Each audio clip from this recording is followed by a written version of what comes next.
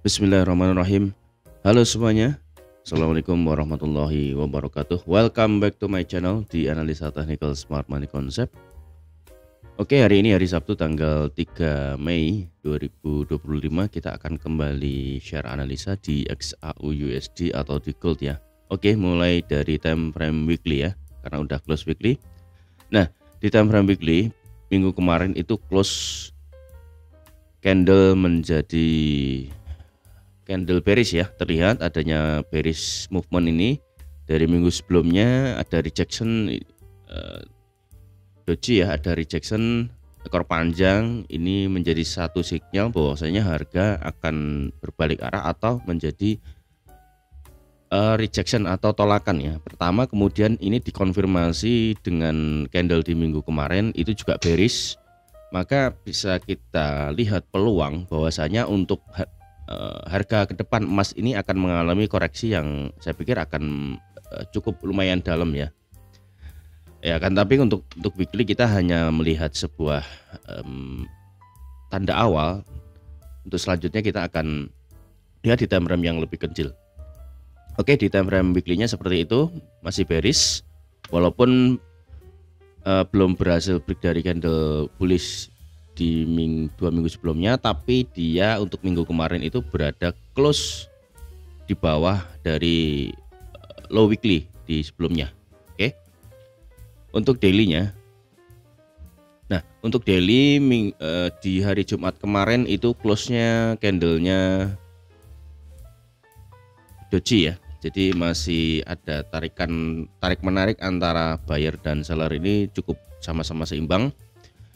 Untuk batasan atas ya, di sini kita melihat adanya sebuah keluar candle dari di hari Kamis itu berhasil keluar dari candle inside bar di hari Rabu minggu sebelumnya.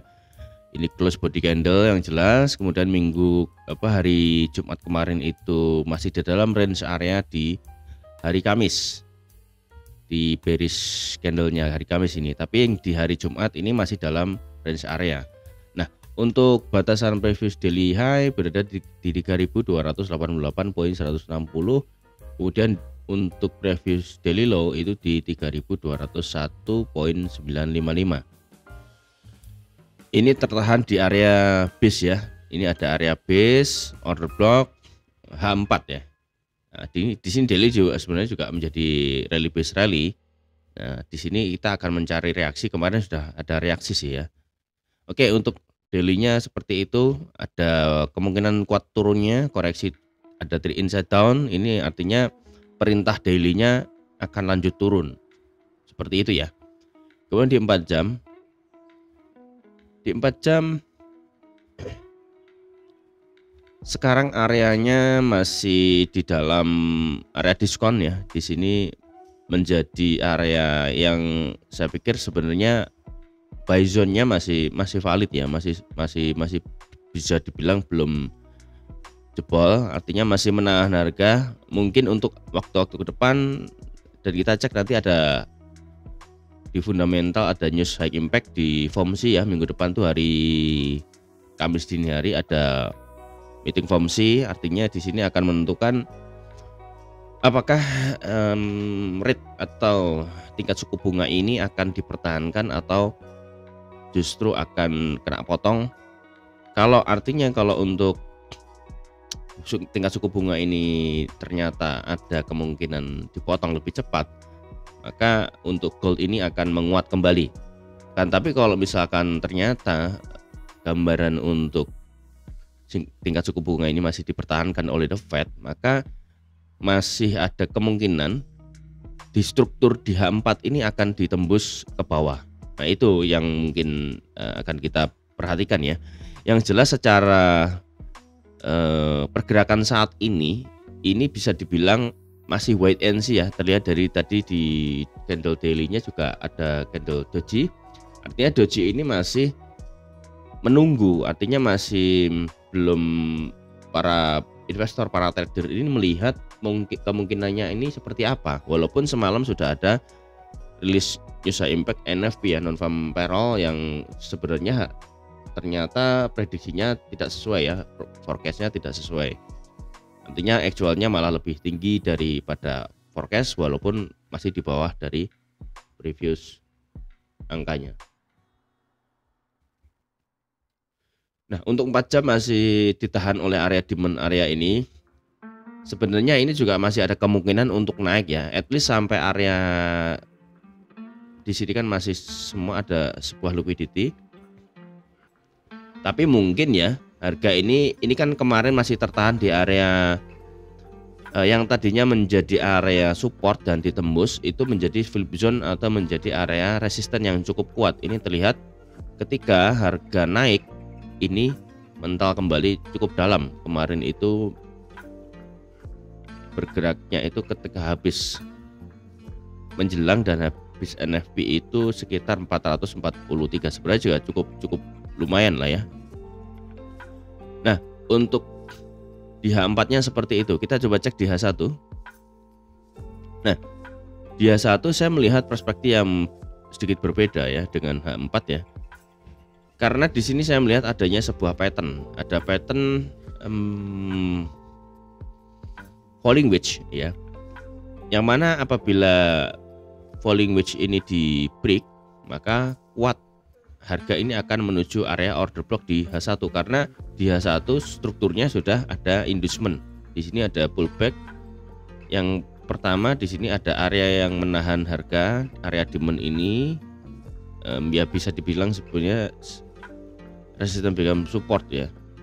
Artinya support become resistant. Artinya ini kan tadinya menjadi area support kuat, sekarang menjadi sebuah area resistance. Kalau ini dijebol, kalau ini di break, maka akan menuju order block selanjutnya.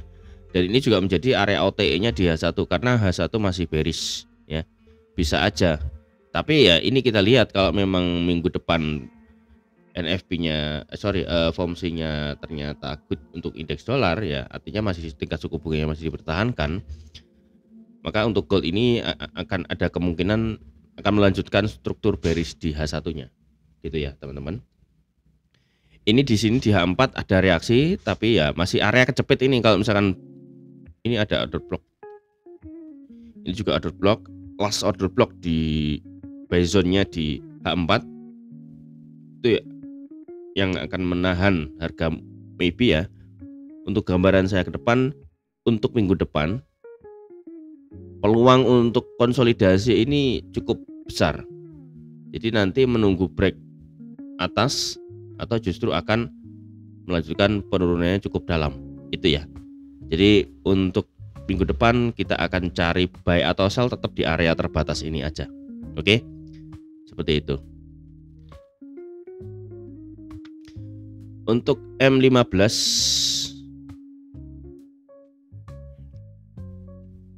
sebenarnya area M15 ini strukturnya cukup lumayan clear ya. M15 sudah ada change of character, kemudian di internalnya ada break of structure, kemudian di sini ada boss ya, break of structure, kemudian semalam itu di break. Saya ambil sell itu di area order block, di area ekstrim tidak kejemput, ternyata dia hanya naik sampai Fibo 79. Wah, sayang banget. Di sini saya di M5 itu ada posisi buy juga sih. Ntar kita bedah ya. Di M15 bearish ya. Ini sudah bearish. Yang jelas ada ini ABC ya, ABC correction naiknya, kemudian kemungkinan menurut saya lebih cenderung kuat turun sih ya. Di sini di M15 sudah ada, sebentar. Ini ada inducement. Itu inducementnya di M15. Inducement bearish ya. Kalau kita lihat dari sini ya, ini artinya high validnya masih pakai high valid yang atas untuk L15 ya. Nah, berarti area yang cukup bagus untuk area sell itu area sini. Ini ada order block. Nah, pas dengan 79. Kita akan cari sell di area situ ya, teman-teman. Di harga 3.259 sampai 3.265 ini cukup berapa pips ya? Lumayan tipis lah. 100 pip ya boleh. Dicari konfirmasi entry di M1 atau M5 untuk biar lebih clean aja untuk setup entry-nya. Tapi ini bisa masih layak lah ini untuk pending order. Nah, di M15-nya seperti itu. Untuk M5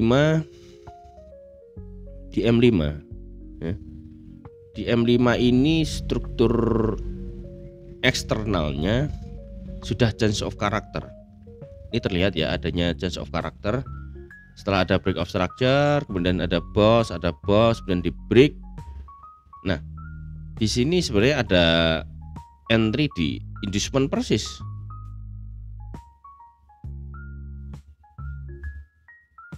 Ya, di situ ya. Di situ area inducement, dan lagi-lagi sebenarnya tidak ada area yang cukup bagus untuk entry di M5-nya ya. Kan tapi semalam saya melihat ada di M3 itu saya dapat setup. Nah, ini saya nggak kejemput. Karena melihat saya ada entry yang cukup bagus tuh, ada order block, ada FVG. Nah, ini saya jadikan area entry dan di atas inducement. Ternyata di sini lagi-lagi harganya masuk ke sini di area 79. Nah, untuk M3 itu ada break of structure. Ini sama dengan M15 tadi ya. Di sini ada ini ada inducement terakhir. Tadinya ada di sini nih inducementnya, kemudian saya pindah ke sini karena dia di bawah masih sweep. Itu menjadi sebuah inducement di M3. Oke, artinya kalau kita tarik strukturnya, nah sangat bagus banget. Ya kalau misalkan kita cari internalnya, kita nge-buy untuk area sell di area sini. Ini lebih clean ya. Ini cukup clean. Gitu. Oke, kita akan coba lihat di indeks dolar ya seperti apa.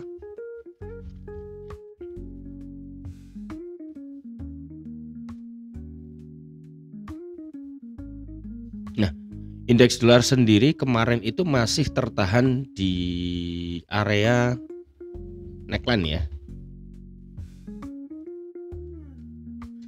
Ada potensi bahwasanya untuk dolar ini ada pattern inverted head and shoulders ya. Biasanya akan seperti itu.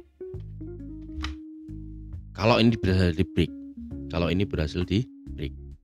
tapi selama ini belum bisa di break ya masih tertahan. Tapi ya kalau menurut kita cocokkan dengan fundamental ya, kemungkinan harga tingkat suku bunga itu masih akan dipertahankan karena The Fed tidak mau motong dulu nih, walaupun secara Presiden Amerika sendiri Donald Trump mendesak The Fed untuk segera melakukan cut rate atau pemotongan tingkat suku bunga secara lebih cepat, tapi The Fed tidak mau gegabah untuk mengikuti saran ya dari Donald Trump ini ya, mengingat kondisi ekonomi di Amerika sendiri masih cukup belum begitu bagus itu ya. Nah, untuk newsnya sendiri coba kita cek di Forex Factory. Oke. Kita sudah ada di Forex Factory. Kita akan coba analisa untuk minggu kemarin ya. Walaupun secara newsnya ini cukup banyak pergerakan news high impact ini cukup rapat ya, dari hari Selasa sampai hari Jumat itu full.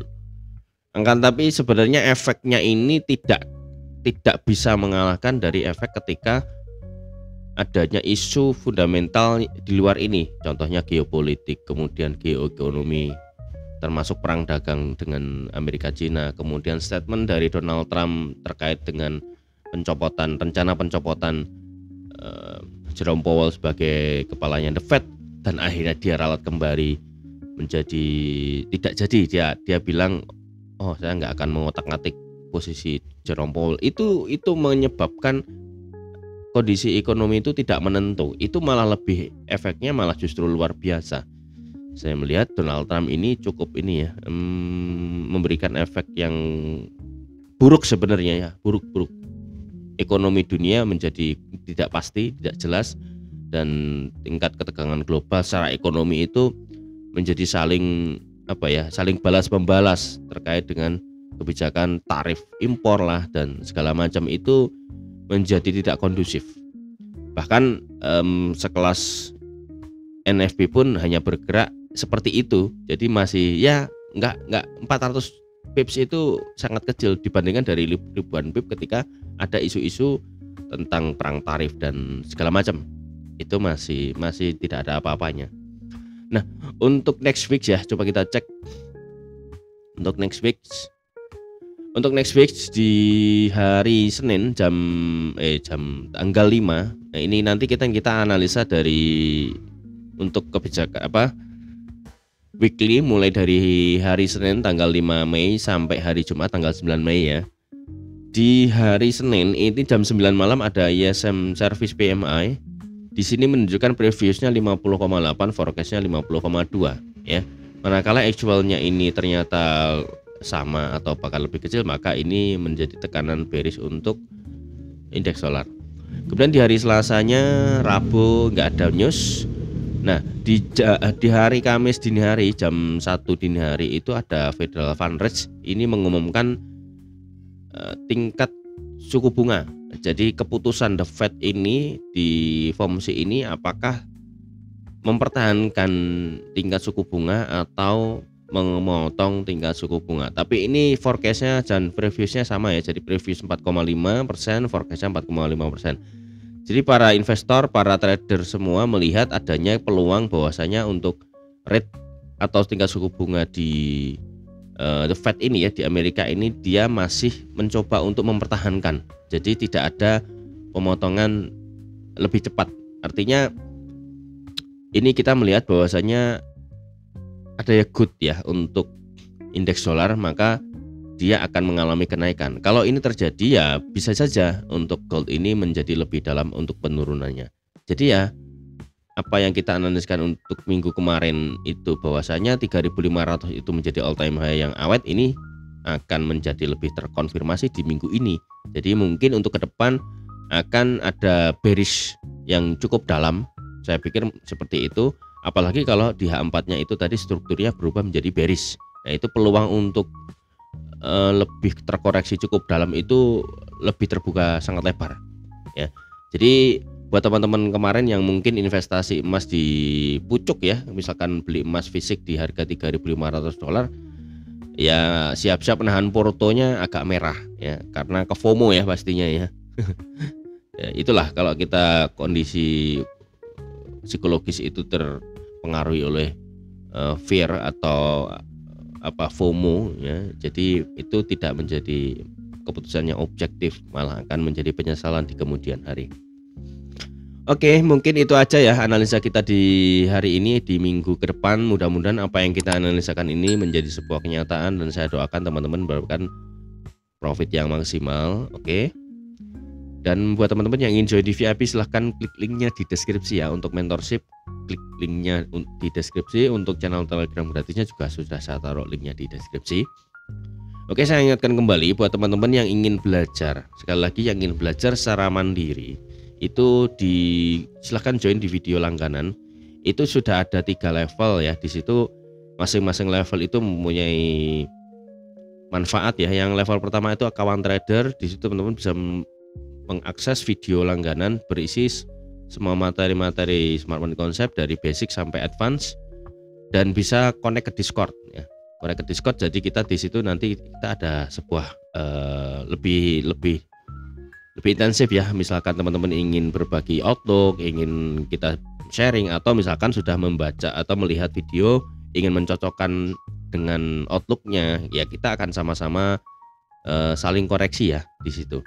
Kemudian di level yang kedua ada sobat trader. Nah, sobat trader ini bisa mendapatkan manfaat yang pertama. Yang kedua, level yang pertama tadi ditambah dengan bisa connect Discord, bisa mengakses outlook atau signal di Discord ya. Jadi teman-teman setelah join di video langganan, nanti silakan masuk Discord, kemudian masuk setting, kemudian masukkan tambahkan YouTube, nanti secara otomatis akan terintegrasi. Di situ teman-teman bisa mendapatkan akses outlook kita di Discord ya.